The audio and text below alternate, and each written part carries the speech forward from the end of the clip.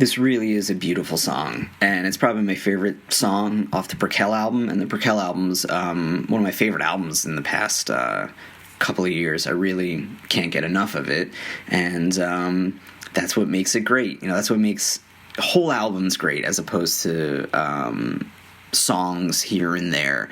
The album has a feel to it, and you get a feel for the album when you listen to every song on the album, including the track listing from beginning to end and the order of the songs.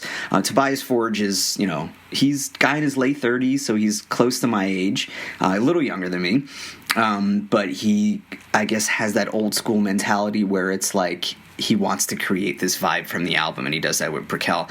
And Life Eternal is such a beautiful song, and the album Prequelle has to do with the Black Plague. So it has to do, the first song is Ashes, and then it goes into Rats, and, Rats brought the plague, and this song itself is dealing with mortality, because I would imagine the people dying of the Black Plague didn't want to die, so, I guess it's that asking, like, do I want to live forever? If it's a choice between death and living forever, what do you do? Now, living forever has its disadvantages. You may think, I'm never going to die, this is going to be great, but, you may not die, but the people around you will.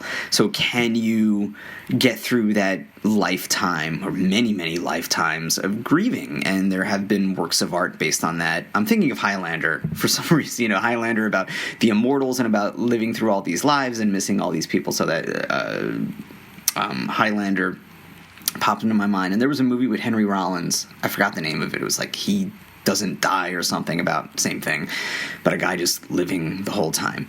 But anyway, so the song has to do with mortality and versus immortality, but I'd like to dive a little deeper and attributes maybe my meaning to it, and then it could be what Tobias Forge might have meant, but maybe he just didn't know it. It might be something in the unconscious. So we'll go lyric by lyric. Like I said, beautiful song, soothing song, and it just builds and builds and builds until it hits a crescendo, and then it's one of those songs when it ends, it's like I have to hear it again, then I have to hear it again, and I don't want the song to end. I want it just to keep going, and it's such a great end cap to a great album. So lyrics are pretty straightforward, but let's try to dig into it a little bit. So, can you hear me say your name forever? So I'm assuming this is a pact that the narrator of the song is trying to make. So maybe the narrator is Lucifer, and he's tempting someone who he wants in his life. But regardless, even if it isn't Lucifer, it's, do you want to take this offer? So, can you hear me say your name forever? Can you see me longing for you forever? So, most likely something romantic. Would you let me touch your soul forever? Can you feel me longing for you forever, forever? So, it's about not only living forever, but being with this person forever. So maybe that's the deal. So that's another thing. So will you accept this pact if you're going to be with me forever? You may be in love with me now, but what happens if 100 years from now, 1,000 years from now, 1,000,000 years from now, 1,000,000,000 years from now, where the planet may not even exist anymore? Hopefully you'll go to some interstellar travel. That's one of the reasons I wouldn't mind living forever, and I'm aware of all the negative consequences of it. I just want to see what goes on. I don't want to die because I don't want to miss out on anything. I want to see where we go and what happens. I don't want this movie to end. Anyway, so I know the light grows darker down below. So it means this person is dying, so you better make this decision quick.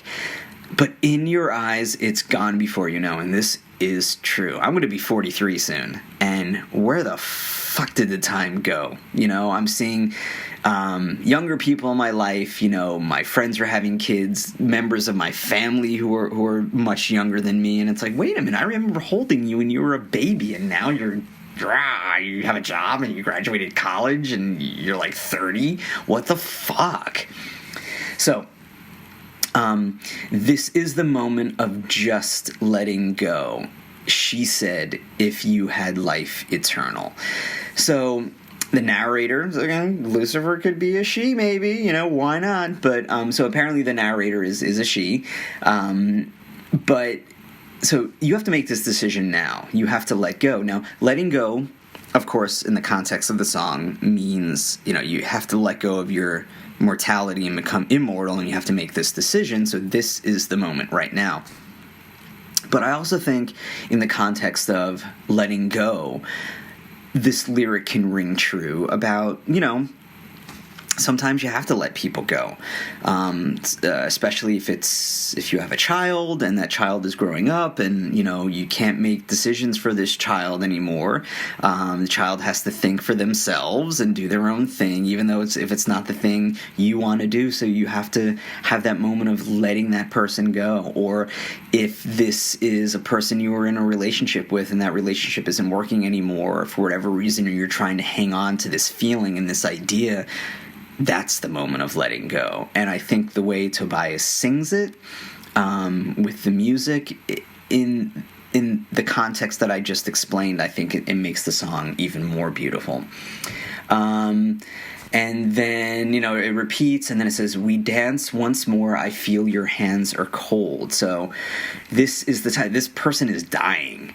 And so as this person is dying, you have to make this decision. So within your heart, a story to be told. And we all have stories, you know, all of us, you know, no matter how long we lived, we each have our own story, and our stories might be similar, our stories might be way different, but our stories are our own. And if you're going to live forever, it's going to keep being told over and over and over and over. And then the song repeats, you know, this is the moment of just letting go, and can you hear me say your name forever? And I think it's great that it repeats. I know there's been some criticism of the song, like, oh, this is repetitive lyrically, but that's the point. With an offer such as this, you may want to ruminate on this a little bit and think about what's going to happen. So yeah, forever, forever, forever, forever. Yeah, this is something to think about.